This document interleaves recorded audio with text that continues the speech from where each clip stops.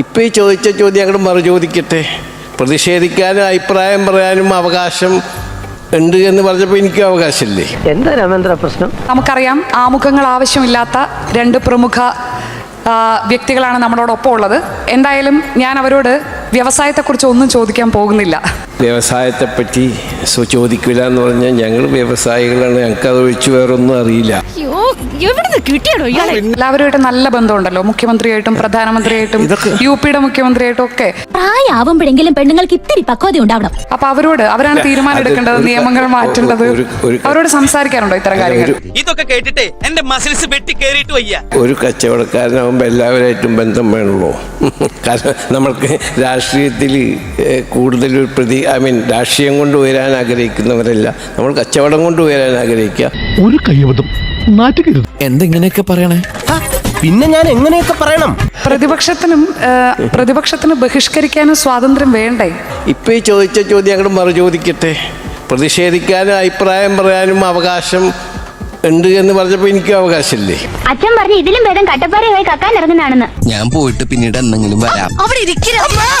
Lucknow മാളിലേക്ക് Shri MA യൂസഫലിയുടെ Lulu mall ലക്നൌവിൽ തുടങ്ങുന്നു. ഉറപ്പായിട്ടും എന്തെങ്കിലും പ്രശ്നമൊക്കെ ഉണ്ടാകുമെന്ന് വിചാരിച്ചിരുന്നു. ഉണ്ടായി, ഒരാഴ്ചക്കുള്ളുണ്ടായി. അതെങ്ങനെ കൈകാര്യം ചെയ്തു? ഇന്നലെ 1,35,000 ആൾക്കാർ അവിടെ വന്നു. കഴിഞ്ഞ ലാസ്റ്റ് സൺഡേ 1,60,000 ആൾക്കാർ അവിടെ വന്നു. ദൈവമേ, മൂർഖനെയാണല്ലോ ചവിട്ടിയത്. ശ്രദ്ധിക്കാൻ നേരമില്ല. ഇത് കുറച്ച് മീഡിയ അവർക്ക് വിഷയം വേണ്ടേ? എന്തോ കുത്തി പറയുന്ന പോലെ എനിക്ക് ഫീൽ ചെയ്യുന്നുണ്ട് കേട്ടോ. കുത്തിയില്ലല്ലോ, കുത്താൻ പോണല്ലേ ഉള്ളൂ. Media should educate the people. അത് പറയട്ടെ, അത് പറയുന്നത് കുറെ നാളായി നിന്നെ സഹിക്കുന്നു. വേണ്ടെന്ന് വെക്കുന്തോറും സോഷ്യൽ മീഡിയ അല്ലേ? സോഷ്യൽ മീഡിയ ആയാലും ശരി, മറ്റേ ഇലക്ട്രോണിക് മീഡിയ ആയാലും ശരി. കലിപ്പ് തീരുണ്ടോ ദൈവമേ, അവന്റെ മോതണ്ടല്ലേ. They should educate the people. പക്ഷെ നമ്മൾക്ക് ലാഭമാണ്, കാരണം ഫ്രീ ആയിട്ട് അഡ്വർടൈസ് കിട്ടിയല്ലേ ലോകം മുഴുവൻ.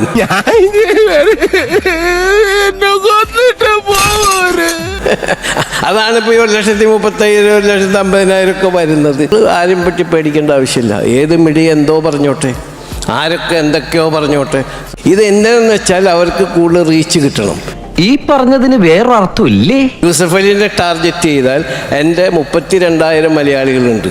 അതിലൊരു 15,000 കണ്ടാൽ മതി. എനിക്ക് അവരോട് പറയാൻ പറ്റില്ല നിങ്ങൾ സോഷ്യൽ മീഡിയ കാണരുതെന്ന്. Why are you disturbing my peace? I'm very clear about it.